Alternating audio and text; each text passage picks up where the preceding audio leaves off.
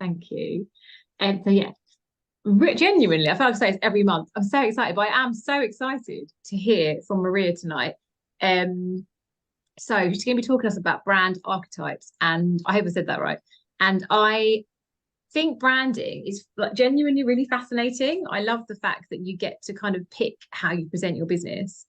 And I'm really interested to see what Maria has to say around all this because I've never heard until you introduced it to us before of a brand archetype.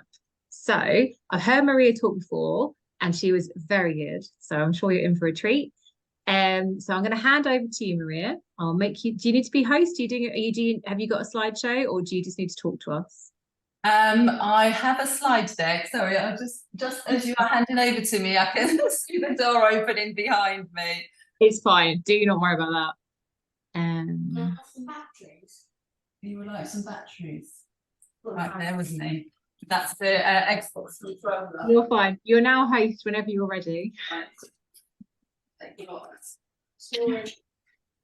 It's all good. Don't worry about anything like that. So hopefully that gets it out of the way, the interactive You're part. fine. Right, so I'm the host, right? Did you say? You are now the host. Louise, are you happy to make Maria like the big screen on your one rather than gallery so she comes out big for the recording? Does that make sense? It might anyway. I've got it on speaker anyway, so amazing. Thank you. When you go on mute, then she'll go on. Thank you. So you can see my slides, right? Oh, by the way, Maria, if anyone else wants to come in, you might have to let them in now because I won't be able to because you're the host. It might just ping up that someone enters occasionally. And if that happens, would you mind just saying admit? Yes. So will I be notified? It should come up on the side. If you don't see it, you don't see it. Don't worry about it too much. Okay. Brilliant. Right. So you can see the slides. Can you? Yeah. They've all gone out of place for me. I've got you all at the top and then the slides in the middle. And if I actually, just wondering if I can. Oh yes, admit. I did it. I can see people coming in and I can admit. So just seeing if I can put it into a. Okay. It looks good to me.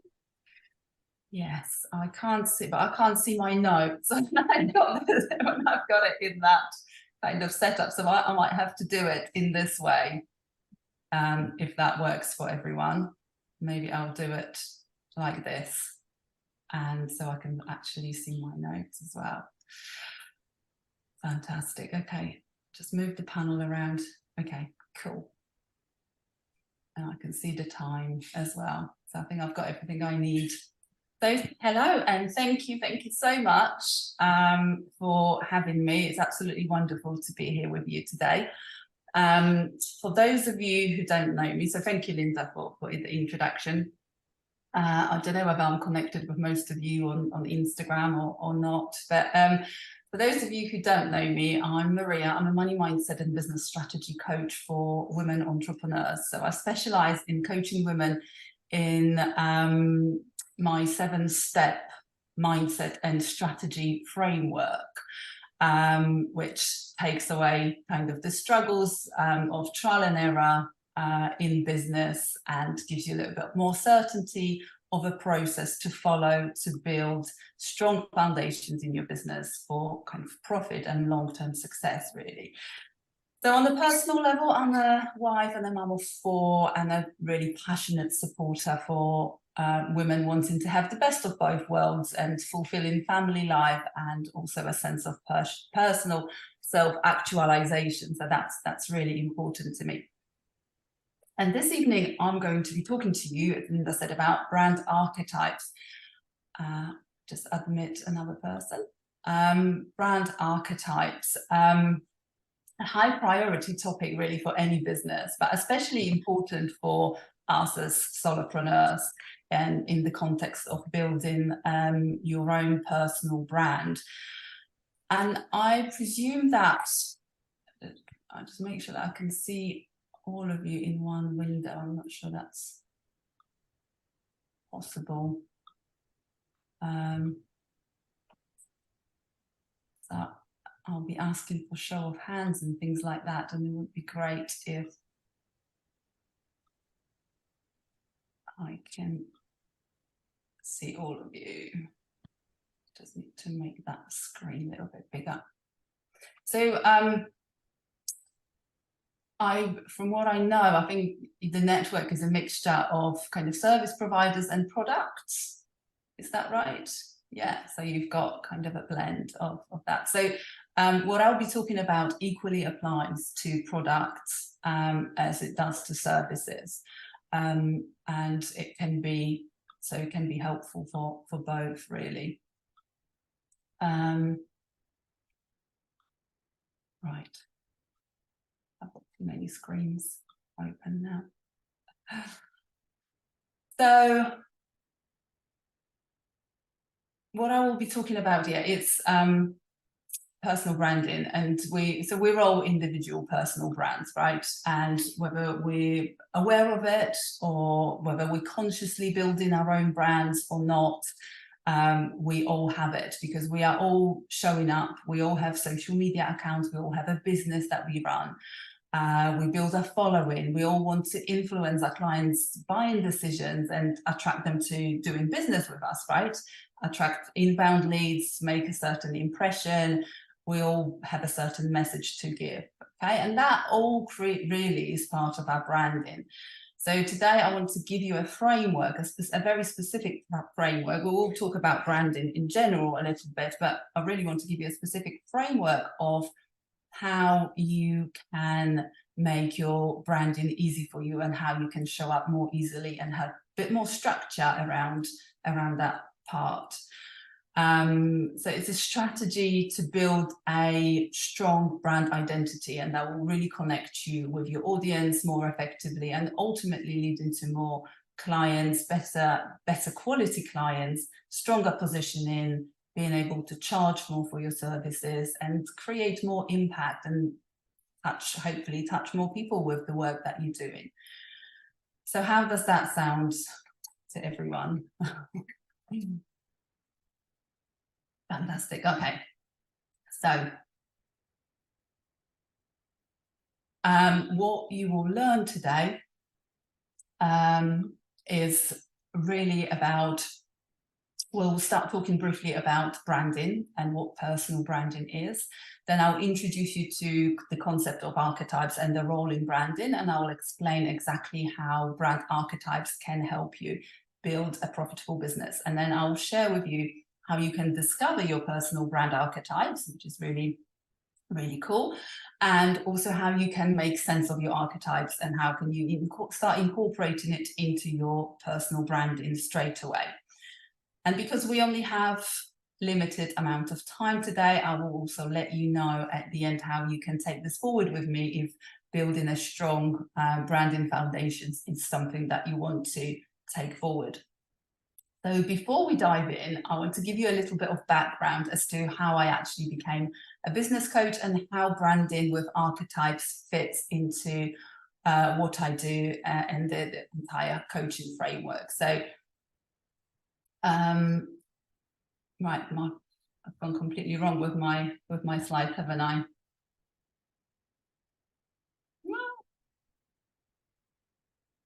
There we go. Okay. So it was about this time last year that I deleted my CV off of my desktop, completely deleted. I would like to say that I've burnt it, but it's not those, we're not in those times anymore.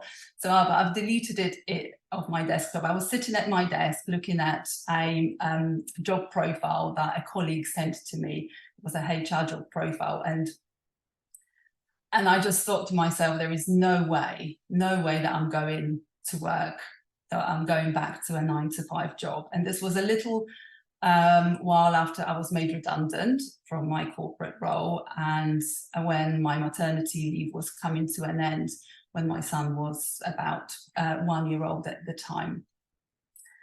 And deep inside, I really knew that I wanted to coach. I spent my entire working career supporting people, being the best they can be at what they do, and growing and developing individuals at work was really part and parcel of my career as a head of HR, as a manager, as a HR practitioner, and as a leadership coach at the time as well. So I really knew this was part of my identity, and I felt really strongly about doing something with that, but for myself. So the question for me at the time was not so much about, what I will do, but how I'm going to make it work, how I'm going to make it to a business, how the hell do I run a business, and so on. So I knew for sure that I didn't want it to be a struggle, and I've had experience of colleagues and friends leaving their jobs, but eventually going back to employment because of it not really working out. So I knew that it's not easy to run your own business and to make money from it and make a living. So, but the missing puzzle really was, for me at the time, was a system or a process, something that I could follow and have some certainty, some steps I could follow that would give me that certainty that what I'm doing is going to take me where I want to be. So at the time I looked into business coaching, and that really kind of ticked all those boxes for me. So I trained with a lady called Kendall Summerhawk in her certified money business coach school, as I said, in money mindset and business strategy. And I launched Women in Business Coaching to help other women like me who have a passion or a professional skill and ambition to turn it into a business of their own, for whatever reason, whether it's just their ambition to run a business, or they want more flexibility, they want more fulfillment, whatever it may be, to help them make that reality as well. Help them fulfill their potential. So that's how I kind of came about to being a business coach. And so far as the business framework, the coaching framework is concerned, it was designed by Kendall, and I'm incredibly happy that I've kind of come across it, and incredibly proud to be utilising it in my coaching approach. There is a lot of social proof. She's incredibly successful. She's incredibly successful with that, with the coaching that she's done. So I don't know if any of you follow Denise Duffield-Thomas at all. Yeah. So you might have heard of her Sacred Money Archetypes and her Money Bootcamp program. You might have taken the assessment. You might have even been part of her program. So you can probably hear the archetypes in her approach as well as mine. So Denise also trained with Kendall Summerhawk probably some 10 years ago now, and Sacred Money Archetypes have been developed by Kendall, and so has the branding archetypes. So it's just Sacred Money Archetypes is obviously how we relate to money, and with branding is how we can utilize archetypes to maximize our branding, really, but they derive from the same theories. So okay, so that's, after that little introduction, let's move on to branding, really. Now, which arrow do I press? This one. So when you think about brand or branding, what or who comes to mind? Anyone? Do you want us to unmute and contribute? Like, how do you want to? Yeah. So yeah, please do. If you want to. I don't know whether you prefer me to just get on with it and take you through the slides, or What I meant was happy.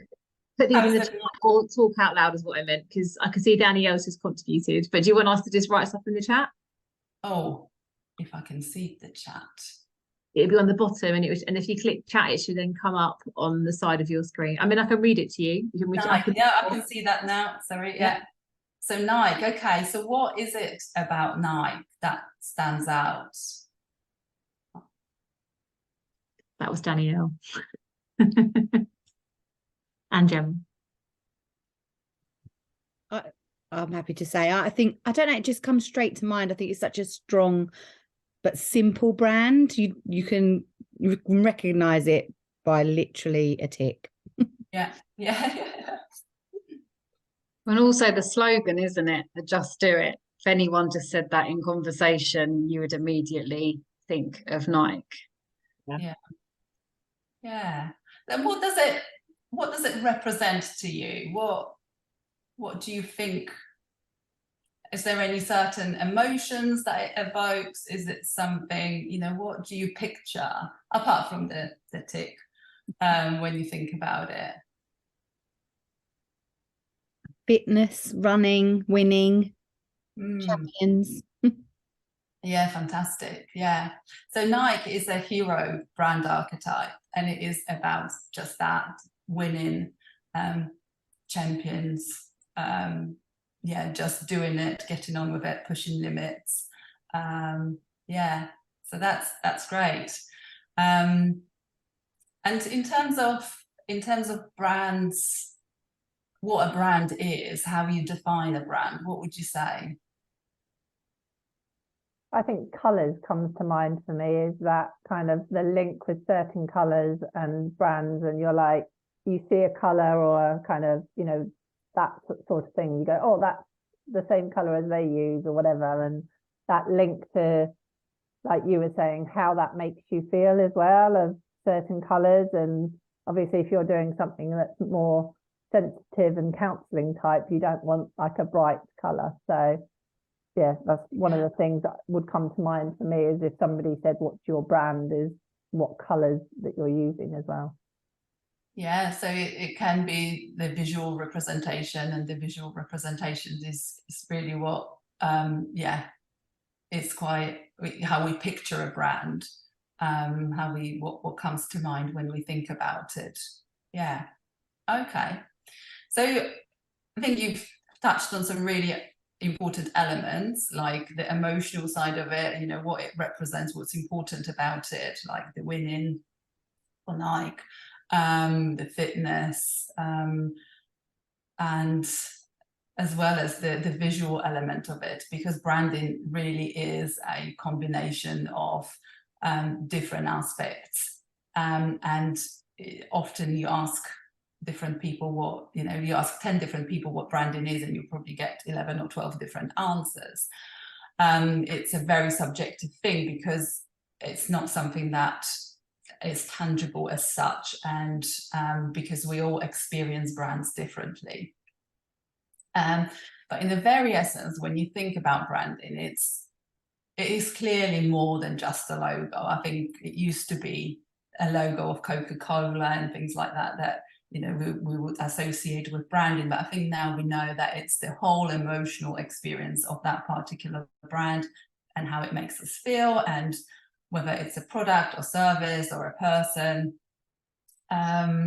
We understand, as we understand more about branding and the psychology of branding, I understand that there is more to that. So this is how,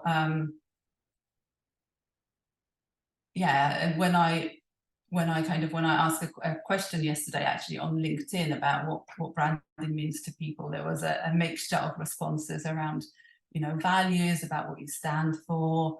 But the way really I like to look at it is that branding is a promise of an experience.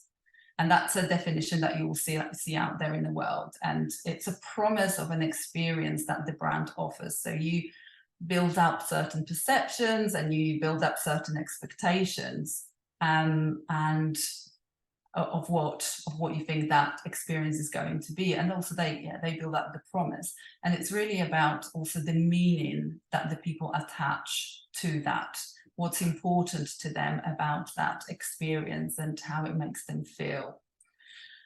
So it's really kind of set of associations and opinions. I particularly liked when someone, I think, said that branding was what people say about you when you're not in the room. So again, it's kind of the opinions that people create, formulate about you. So that's brand, whereas branding is really the management of that meaning. And personal branding, it's the intentional management of the meaning that people attach to us as individuals. So it's kind of all circles around the same theme of perceptions, of meaning, and what the experience is that we offer. And it's really important to acknowledge here the word intentional, because branding is all about being intentional about it. Branding doesn't have to happen by chance. It's really in our hands and in our control how we shape the meaning that people formulate about us. So that's why we talk about branding and have various strategies about and processes of how to develop that positive association or influence how people experience us and the meaning that they create from interacting with us. So there are several.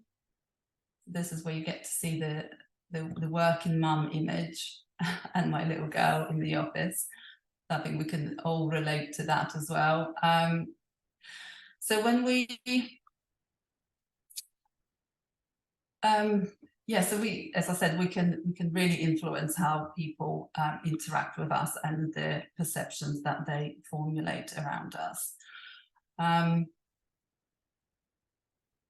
I think it's really important to reflect what advantages there are for us to pay attention to branding, why it's important for us as business owners. And I think first of all, we hear a lot about it, that we have to stand out, that the market is saturated. And I think whatever business you're in, you feel like, oh my God, there are so many people doing what I'm doing, unless it's something very, very unique. But we all want to stand out in the crowded business landscape, and strong personal brands really can set us apart from others. It really helps us stand out, and there may be a variety of professionals providing similar service to you, fulfilling similar purpose, but the unique way of you doing things, the unique approach that you have, it's going to be what sets you apart. And this is what you can really amplify through personal branding. And it's again, someone posted something the other day around, if you think that your market is saturated, look at the shelves of loaves of bread in the supermarket. There is like the bread you like on the shelf in the supermarket amongst all the other breads that there are, or the car that you choose over another brand. There is a place for everyone, and there is absolutely audience for everyone, but you have to make yourself known, you have to stand out, you have to connect boldly and put yourself out there for people to recognize you and see you. So with consistent branding, you can really quickly establish that connection and that reputation and show up as an authority and an expert in your field. So I think it's really important that we pay attention to branding from the outset, from when we start our business, because brands do take a long time to build. It is a long process, but once you the sooner you start, the further ahead it can get sooner. Obviously, having a strong brand opens us up to new opportunities. We can quickly establish credibility and reputation, show up as an authority and as an expert, and draw more people to wanting to collaborate with us. We're more likely to get inbound leads when we kind of speak authentically and uniquely, if you position yourself with strong brand and strong message. And we all heard that people buy from people, right? So again, the more like and the more liked you are, the more you build that know, like, and trust factor, people are more likely to buy from you. And people tend to follow the ones who they trust. So eventually position you as a leader and as an expert and influencer, if that's something that you are aiming for. Obviously, personal brand is something that you take with you wherever you go as well. So it's not something that's just for your business, but it can really show up across all areas of your life. So once you know what you are all about, once you know your values and you're really clear about what you stand for, you know, that will shine through all areas of your life. And it gives you a platform also to share your story and your vision and to influence others and to put your mark in the world in the meaningful way that you want to do it, and make a difference in the areas that really matter to you.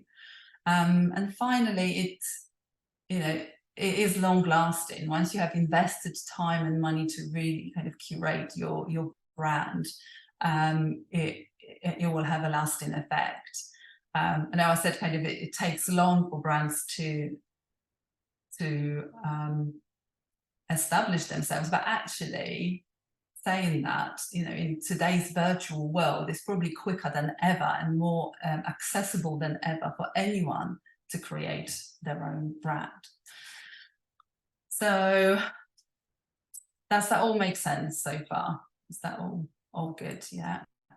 Any questions or any challenges or disagreements?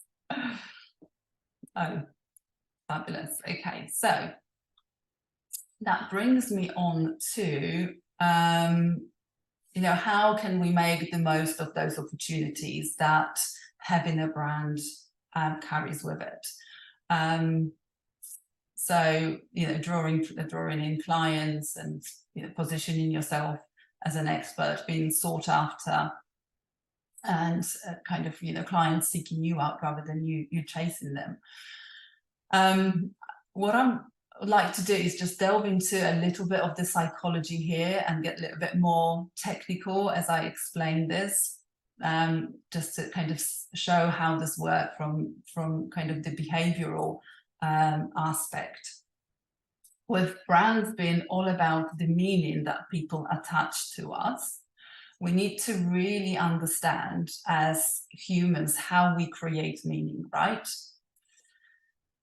So that's an interesting question. How do we create meaning? Do you have any thoughts on that? How do we as human beings create meaning?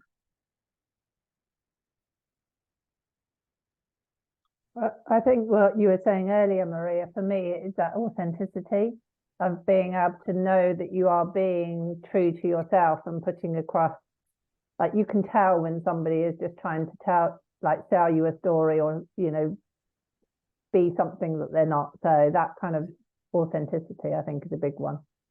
Yeah. And so there is a, you know, you use the word story, and it is exactly what it is. And we create meaning through stories. And we have been since the world began, really, through stories, through songs, and more recently through theatre and movies as well. So we create meaning by processing stories. And an interesting thing is that there is, and again, it has been since the beginning of times, regardless really of where we are in the world and regardless of our background or social status, we all recognize certain patterns in those stories.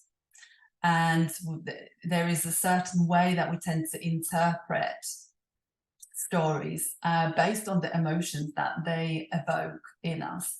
And we connect with that very quickly, very intuitively. And yeah, there's a lot out there as well about, you know, how to engage with your audience through stories. So I think that the power of stories is really being recognized. And so you might have heard of the Swiss psychiatrist Carl Jung. Yeah.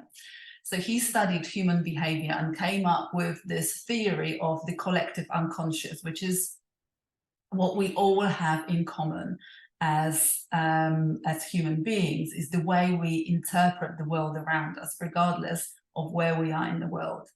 And it's really part of our nature, part of our human nature. We all look at the world instinctively and respond to things instinctively, but in a very similar way. So the example that I've heard used here was, if you regardless where you are in the world, if you see a snake, you might have not even seen a snake ever before, but if you see a slithering snake, you will be wary of it. You may be scared. It will instantly evoke emotions in you. And in contrast, if you see a fluffy little kitten, again, you will have an opposite reaction, but we all will have very similar reaction. So intuitively, instantly, we connect with the qualities that we associate with those animals. So with the kitten, the fluffiness, the cuteness, the innocence of the kitten, and we want to pick it up and cuddle it. So so certain qualities evoke certain emotions, and then certain emotions evoke certain responses. And we do that without even thinking about it. So it all happens in split seconds. So what Jung did, he studied those patterns of human behavior and he categorized them into archetypes. And he defined them as universally recognized models and inborn patterns of behavior and sets of qualities, as well as human motivations. So, aside with the kitten and the snake aside, how that relates to humans is that we all recognize, when I say romantic, right, we all get an idea of what that person would be like, what quality, the certain qualities that we associate with them. Or when I say a nurturer, again, we would all see a mother, perhaps, nurturing her children. And when we say a ruler, or as we talked about tonight, being the hero archetype. So by understanding archetypes and those sets of qualities that we subconsciously recognize and connect with as human beings, we can intentionally apply and amplify those in how we show up in our communication, in our messaging, in all of our interactions. And when we have a product, a physical product, we can apply those human qualities to that product to make people connect with it. And that's exactly what brands do. They, in their adverts, in the languaging they use, in the imagery that they use, and the colors and so on, they want to portray a certain type of person, a certain type of personality that we will connect with emotionally. And how many of you heard that 90% of all of our purchases are driven emotionally? I don't know if you're all aware of this, and so it's so important that, the most effective marketing really is the marketing that targets our subconscious mind. So knowing this, we really have a great opportunity with archetypes here. So the next, actually, before I go on to that, it's also worth mentioning that it's not all emotional, right? There is an element of logic to this as well. So it's worth mentioning that our buyers experience at least two levels. And the first one is a practical level. So as a utility, we have a purpose to fulfill, we have a service to provide, we deliver certain product. And that's a very functional level. So if you think, I need an accountant, I'm going to go and look for an accountant, but there are a lot of them out there. So how do you then choose the one that's right for you? So that's where the emotional level comes in. That's why some people choose Apple over Microsoft, right?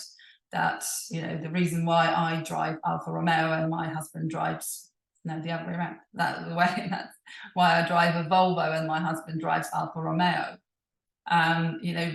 But they're both cars and both fulfill a specific purpose, but there is something about the brand, there is something about the human qualities that have been applied to each of those cars that are very distinct that personification. So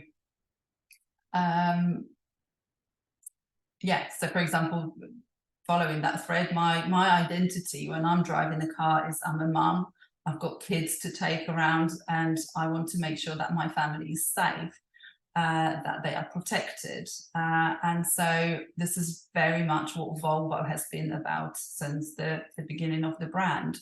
That's how they wanted to position themselves. That every advert, every communication, every testing that they've done with the cars is to make sure that that comes across.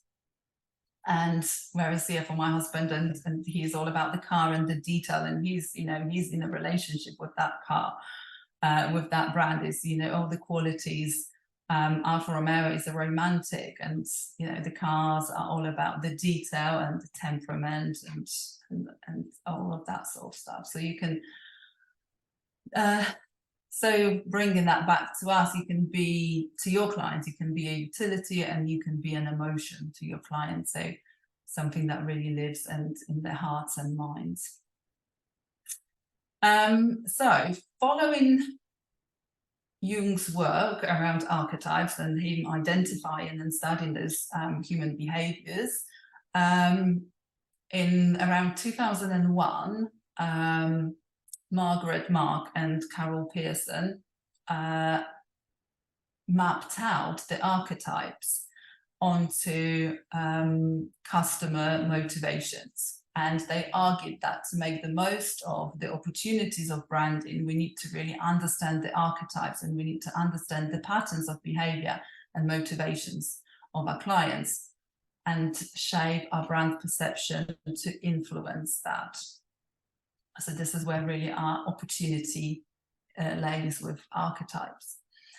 So the easiest way to apply archetypes in your branding, the easiest way to really think about this, is to picture your client, your buyer, as a hero in their own story, okay? And they're on their quest, they want to achieve their goals, they want to do whatever it is that they want. And you are the sidekick coming in with your superpowers, with your archetypal superpowers, to help them on that journey, to help them create that victory, or help them create their own happy ending and fulfill their purpose. And so, yeah, like we said about Nike, the slogan is just do it. And they really empower the customer to go for it, to compete for trophies, to be winners. And this is really what the archetype is all about.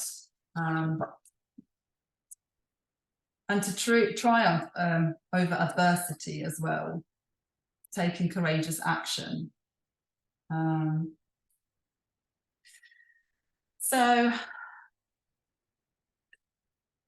there are 12 archetypes in branding. So that's what's happened is they've been mapped out against those human motivations, buyers' motivations, and I'm sure when you look at this, you will be able to recognize all of those brands, and you will be able to recognize the qualities that they represent as well.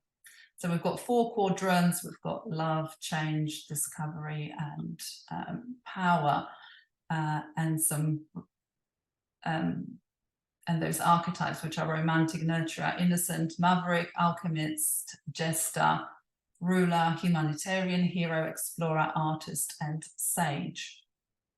And they all have certain qualities about them. So the more we can see ourselves as an archetype, and the more we can, in archetypal terms, represent particular qualities in what we do and how we deliver our service, the more we lean into the archetype and let our strong personality shine, the stronger the emotional connection will be that will create subconsciously with our potential buyers. And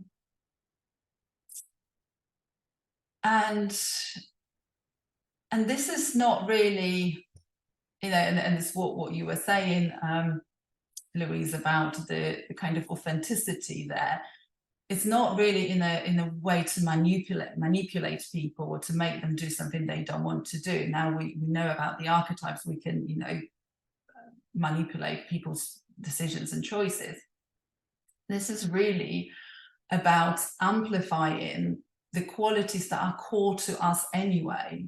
So through archetypes, we're able to recognize the dominant personality traits in ourselves and amplify them through all of our communication. And as I said, really lean into them when we are showing up and interacting, or in the messaging that we put out there, so that the people who are looking for those qualities at that particular time in their journey are drawn by those, right? So it won't be for everyone. And this is also accepting that, you know, what we stand for, what our values are, is not going to resonate with everyone, but it will resonate with the people who are looking for what we've got to offer at that particular time along their journey and in their life. So I probably wouldn't be driving a Volvo if I was single, 25, and no kids to worry about, right? There would be another kind of market for me. So when you use brand archetypes within your brand, you have a clear framework to show up consistently. You will have focus and you will have clarity in your messaging. So this is really guiding you and giving you direction for something that, you know, will resonate with your clients, but also that resonates with you, that feels authentic and true to you.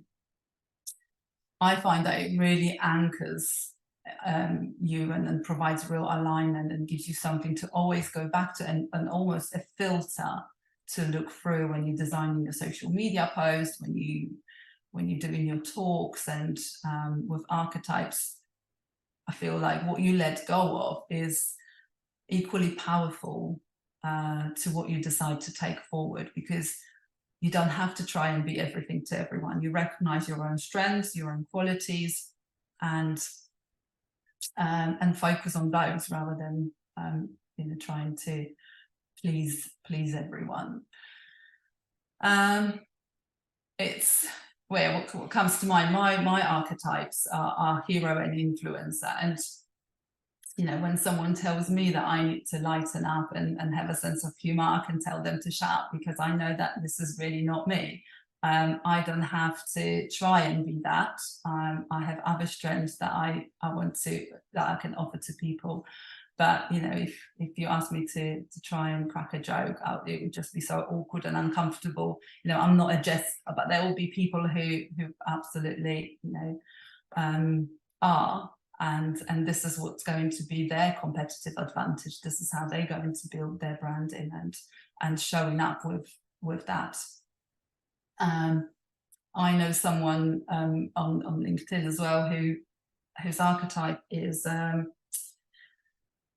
Maverick, and all of their communication is about being rebellious. It's about challenging the status quo and the world as we know it, you know, being different, standing out from the crowd. And they, you know, every post that really shines through, and it's really captivating. And again, someone who is looking for those qualities will be attracted to that instantly. Yeah, so yeah, by giving voice to your unique personality and thoughts and feelings and values, and by expressing yourself in that way, you really captivate people and stand out, and become more known for what you do. And also more relatable, because you know, it is the personality that we relate to. So that's what we look for in people that we decide to make business with. What else? I've kind of covered the clarity and relatability in marketing, alignment, authenticity. Yeah. I think it's really how I worked with a coach called Carol, and what really kind of struck me about what she took away from this was that for her, understanding her archetypes, understanding her personality type and how to use it in branding really gave her, she felt like it gave her permission to follow through on words that felt really authentic to her, but often she would hold herself back and question, should I say this? Do people want to hear this from me? Should I be, phrasing it in this certain way?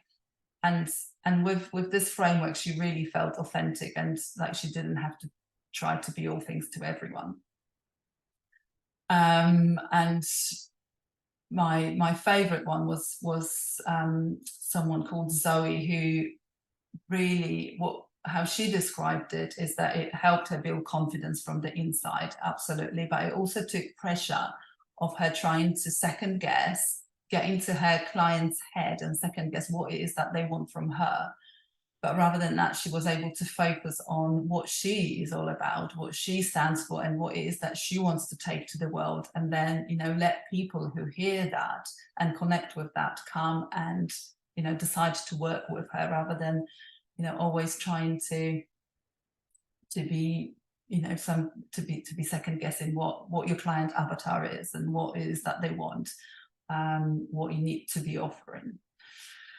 So yeah, with brand archetypes, you definitely don't need to feel like you have to separate yourself from your business. You don't have to feel like you have to leave your personality at the door, hold yourself back. You can really kind of embrace what you are, what your strengths are, and lead with that. So moving on from this. So how can you make this happen? How can you start applying the archetypes and really get to know your own brand archetypes, your own personality archetype? So I have a very simple way of you discovering your brand archetypes, and that is by taking an online assessment that's available for free on my website. So I've put the link there, and we can circulate that afterwards. And I have just digitized that, so it was previously available on paper, but in a way of kind of making it more accessible. You can take that and have an instant result. And as I said, there are 12 archetypes, but for us in our business, we want to pay attention to the top 2. Those are the most strongly present for us, and the ones that resonate the most and represent the strongest parts of our personality. So the assessment is really designed to identify those archetypes that are predominant for yourself. So once you've discovered them, you know which archetypes to lead with, and it will be very obvious for you as well once you've taken the assessment and once you've seen your card. So you've got kind of an archetype card that explains more about each of the archetypes that you will then receive following the assessment. It will be really obvious for you that this is the right archetype for you. I recall working with someone, and when she took the assessment and she looked at her card, and she just couldn't believe how accurate and reflective of her personality it was. She kind of kept looking for all the other cards, thinking, am I going to feel the same when I read the other archetypes? And she absolutely didn't. It was that very strong connection, emotional connection with the archetype card as she read it. The names may not always mean so much to us, but when we get to know the essence of the archetype and what it stands for, the core of it, then we kind of, and all the language in around it, it really stands out. So we've got the 2 archetypes. The signature archetype will represent the core nature and motivation and the driving force in our business. And there will be second archetype, which is the influencing archetype. And that really adds depth and different dimension to, and more personality, would be very kind of one-dimensional. If we all just had one archetype, we would all be, you know, either this or that potentially, but this adds a little bit more of a twist as well. Once you've taken the quiz, as I said, you will receive your results in an email. You will get all the 12 archetypes listed there, and you will get your score per each of the archetypes. So you just have to look out for the ones that are highest scoring. You really don't have to worry about the other archetypes. Obviously, we are, you know, we are all human beings, and we all have all of the qualities. The difference is that some of those qualities are strongly represented within us. So it is like a spectrum. Only because we're a hero, it doesn't mean that we can love others or be nurturing, right? It's kind of, we have it all, but it's those that are most dominant for us that come up on top. And so on the cards, you will learn the essence of your archetype. What is the core of your brand? Yeah, for example, like for the hero, it may be the inspiration, believe that everyone is powerful and they can achieve whatever they put their mind to. Anything is possible. So you'll be able to get that from the card. On the reverse of the card, you will learn your brand soul. You'll also get a bit more depth and understanding about the essence of your brand, and you'll see the strengths that are most core to yourself.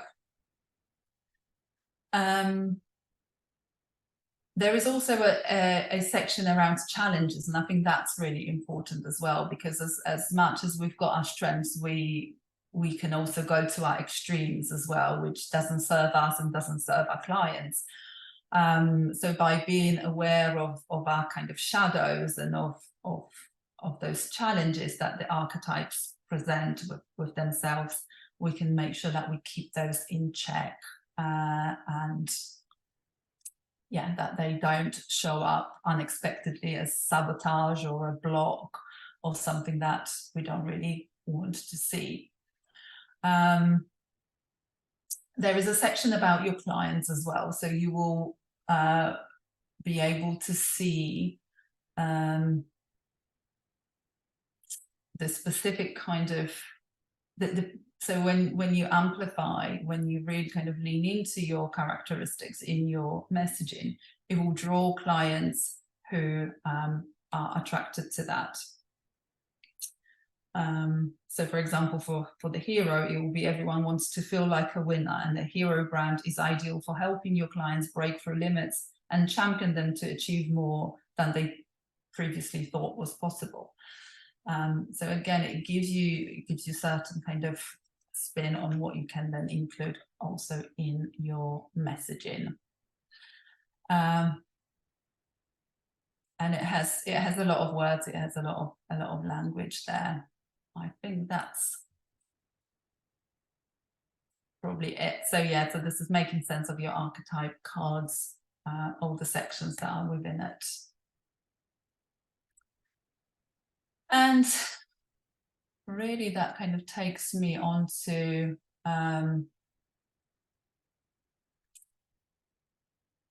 leveraging the power of brand archetypes, as I'm kind of bringing this to the end. So I've lost in my notes. So yeah, so I think really the archetypes are for someone who wants to take their business and their brand seriously and build that for long-term success. As I said, brands take time to build and establish, and the sooner you start thinking about it, the sooner you will make progress with that.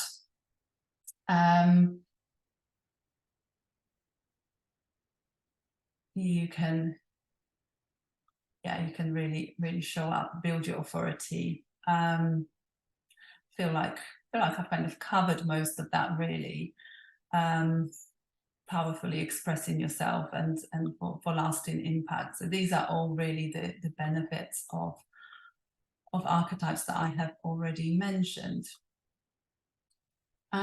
So as I said, next steps for you is really to take the Branding with Archetypes assessment, if that's something that you feel would support you in building your brand, kind of immerse yourself in the value and the insights of your 2 archetypes and start building cohesive and coherent and consistent brand image. I think so many people really put the brands together without really giving much thought to it.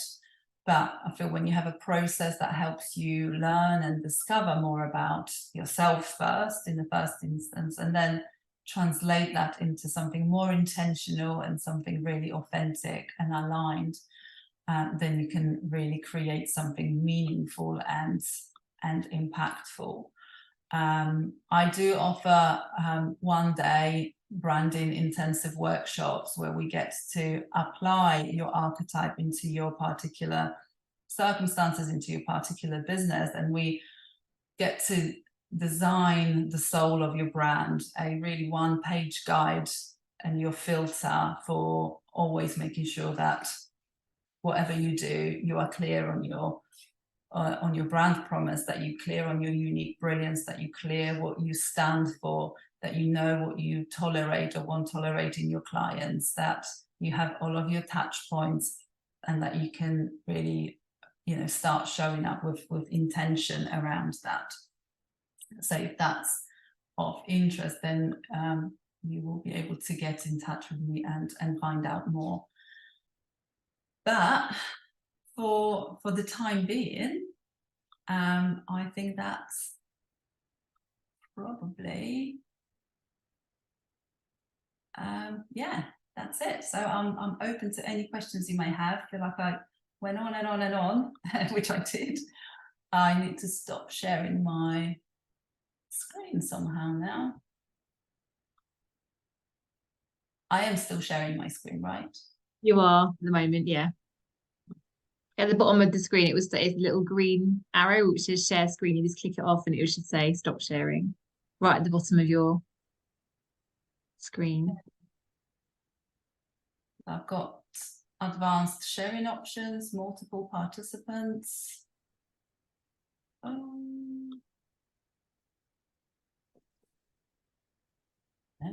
just shut the PowerPoint and see what happens.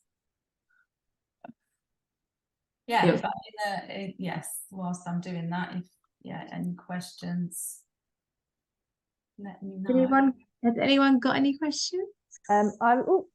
I was just going to say, I've not with Maria actually, but I did my branding archetype, and I think it for me it was just reinforcing what you said, Maria, of actually giving yourself permission to be who you are. So I was a nurturer and alchemist as my top 2, and that in conjunction with also doing like my human design kind of profile for me was like the 2 things in my toolbox that actually made me go, and that's okay, like that is who I am and that's who I want to be, and that is, like as you said, my unique brilliance. That's my difference. I always say to clients that if you line up 10 organizers, we might all have the same experience and qualifications on paper, but actually you go to the person that you're drawn to because they've got that kind of difference. So obviously do the questionnaire that Maria has talked about, but it is definitely worth something doing just as a personal thing, even without running a business, but definitely for running a business, I would definitely recommend it. And I think for me, that whole, like you said, the double side of it as well. So as a nurturer, for me, the biggest challenge was I'm very good at nurturing others, but not so good at the nurturing self, and kind of those boundaries of, but that client really needs help, and I'll fit it in somehow and I'll do it. So that realization of how, both sides of it as well can be used. So Oh, thank you for sharing that. Yeah, that's brilliant. I think as a nurturer, we tend to give, we want to do things for people, help them, and I think that's quite common for us as women as well. We nurturers a lot of the time, and so setting some boundaries can be really helpful in that respect. I think with the unique brilliance, it's definitely what sets us apart. And I think, you know, any insights that we can develop about ourselves, develop our self-awareness and make us show up more intentionally and become the best versions of ourselves. So yeah, it's helpful either way, really, whether you use it in branding or just for your own personal self-discovery. And I have to say that I did my archetypes assessments at the start of my business coaching course, and I cheated a little bit. I have to say, my archetypes came out as a hero and a ruler, and then the third one was a explorer, and I really did not resonate with the hero. I thought, well, what the heck? This is not me. I went with the explorer and the ruler, and as I'm on my own journey myself here, and as I kind of started to listen to myself a bit more deeply and really thinking about the message that I want to get across, I kind of started thinking, this is not explorer, this is not explorer, this is not explorer. And I was like, and I went back to the assessment and I redid it, and it came out again. Explorer is very strong still, but yes. So I was kind of trying to cheat the system a little bit, because it's just like, what? No, it doesn't sound right. And I had a client as well who really didn't connect with the ruler archetype. So it is possible that there is some resistance there at first, but I would just say, you know, just trust the process, because it does really work, and you might discover that, you know, as you start listening to yourself and knowing yourself better in the context of your business, that it will you know, you'll come around to actually realizing that yes, it was accurate. Yeah. I was trying to get through the quiz while you're talking, thinking, oh, then we can all find out, but it's longer than I thought. It is. It takes about 15 minutes. And another thing to mention is that it is possible that you will have a tie between your archetypes. So if you have two archetypes scoring the same highest score, then you will have to resolve that tie. And there is a question. If that's the case for you, then you will kind of email the instructions of what to do about that. But it's really the case of asking yourself, reading the spiritual contract of that archetype, and asking yourself, which one will empower me the most to stretch and grow to my full brilliance? You know, it may not be choosing the easiest path. It may be choosing the path of the greatest growth. You know, which one will enable you to, considering that we all want to, you know, we're all in business to achieve financial independence and spiritual fulfillment, you know, which archetype will support you to stretch and grow into that full brilliance for yourself. So yeah, it might be that you have one top scoring and then you have a second one that has a tie as well. So again, you will just choose one to become your signature archetype in that case. Yeah. Has anyone else got any questions at the moment? Something that struck me was we've got a bank of resources from previous trainings, and we've got another branding one by Jenny Joseph, who's a designer. And it's a completely different perspective on branding, but it will be a really good one to delve into, because it just talks about other elements too. And I think it's really nice to, if you're interested in branding, to get a different training as well. And I think her one would complement this one, because if you find out what archetype you are, it can help influence the rest of your brand. Obviously, that's the whole point. But So yeah, she talks about it from an artist's point of view. So she creates brands. Does that make sense? So that's a really good one to look back on if anyone's interested. And if you're not a member, just let me know and I can share it with you. That's no problem.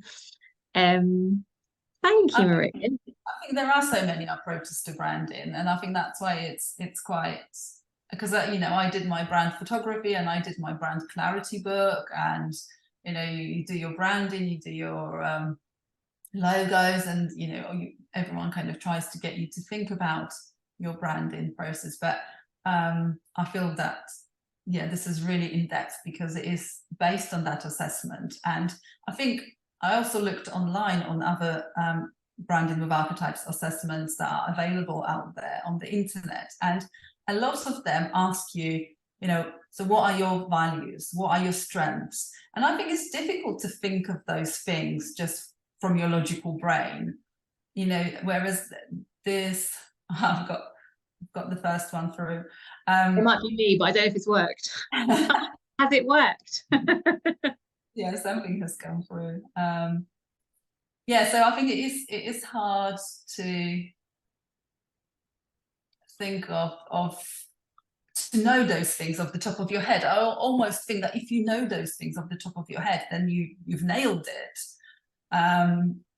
But the assessment, yeah, asks you kind of your preferences and things that will then point in the certain direction of that particular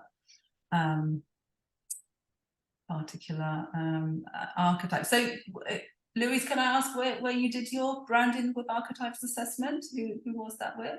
Rosemary Cunningham. So she does money mindset as well. So I've done both with Rosemary, but yeah. Yes, Rosemary, she trained with Kendall as well. I think she trained with her in person. Yeah, she went over to Arizona. So yes, I would have loved to have done that. Yeah, and I think I was the same as you, Maria. I think Jester came down like really low, and I was like, that's why you'll never see me doing TikTok dances or whatever else, because I would just be that person that would look completely awkward and hate every minute of doing it. So it's like, actually, yeah, that's part of kind of, again, giving yourself permission to understand that that's not something that is a strength, but equally not something that I feel authentic and comfortable doing. So that's okay. Yeah, perfect. So it was Danielle that raised her hand. Yes, I think it was my test that you got through already. Sorry, I was half listening and I thought I really want to do this. So I've got mine through actually, and it would just be good to just understand it briefly. So mine comes out innocent at 46, and then the next two are the same, 41, nurturer and romantic.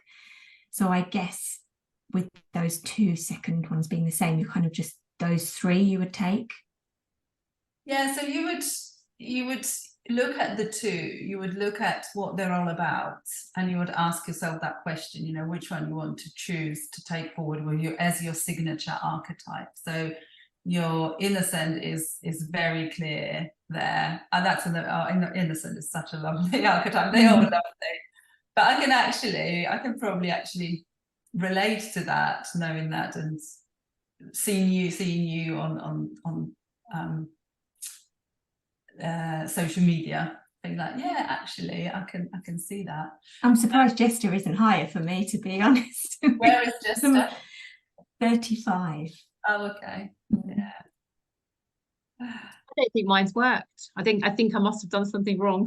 Start from the beginning again. No. It's kind of a long one to go through again, but I would wondering if I don't know. I've only had one through. Yeah, I don't know what happened. It seemed to crash out at the end. It must be me. Doesn't matter. I will persevere. One of the things on there was, do you rise to a challenge? I said yes, so I'll rise to the challenge and start again. Has anyone else got anything they'd like to ask Maria? Just to explain, thank you, Maria. Like, I guess, because I know not all of you have come to a meeting before, how our meetings work. We have someone like Maria, a wonderful expert in their field, every other month. to come and train us in an element. And then obviously we openly ask them to pitch and tell us what their services are, because we're all in business and, you know, we're all learning and we often want other people's services. So, you know, we're encouraged to do that at the end of a talk for sure. So if you want to tell us any more, you absolutely can, Maria. And then in between that, we have a different style of meeting. So we have we call it Go with the Flow networking meeting, where it's much more everyone's like peer-to-peer, supporting each other. We often have a bit of a theme, but you get a chance to like talk about your business, and we all learn about each other's businesses a little bit more and what people might need, etc. So it's quite a different shift month by month. So the December meeting will be a Go with the Flow meeting, whereby it's more about tapping into your individual business needs and also telling us what you're up to, and so we can forward it on and, you know, recommend it to our context, etc., etc. So that's how that works. And then the end of each meeting, we normally have something called the I was going to say the rewind, so the rewind, like the unwind, or we do like a relaxation, just because we're all busy. We've probably all had a very, very busy day. And so I would just offer you a 5-minute relaxation just to help you switch your brain off and know, right, I'm stopping now. Hopefully you are all stopping now. Going to have a bit of a chill out, go off and do whatever you want to do. So to have like a little 5-minute unwind at the end. That's the word, unwind, not rewind. Those of you that are still here, would you like an unwind tonight, or would you just like to go? It's fine either way. If you would like to hang on for a 5-minute relaxation, I am so happy to read you on. If you are keen to carry on, that's absolutely fine. So I'm going to ask you to raise your hand if you'd like a little relaxation. I am not offended either way. Absolutely not offended. I've got a hand from Danielle. Is that a hand? No, I couldn't see it. My cursor's on your screen. It's not a hand. My cursor was on your face. It's like, oh, she's put Don't scratch my head. It's fine. I need to dash it, sorry. No, you're fine. You're fine. So what we'll do is we'll just say a huge thank you to Maria. Thank you for your time and your energy and your beautiful presentation. It's very much appreciated. You send me your details. I'll put them into the Facebook group, and so they're there, and obviously stick it on Instagram as well. But thanks, guys. Hopefully see lots of you on the 7th of December. Hit me up if you've got any ideas regarding Jen. It was very nice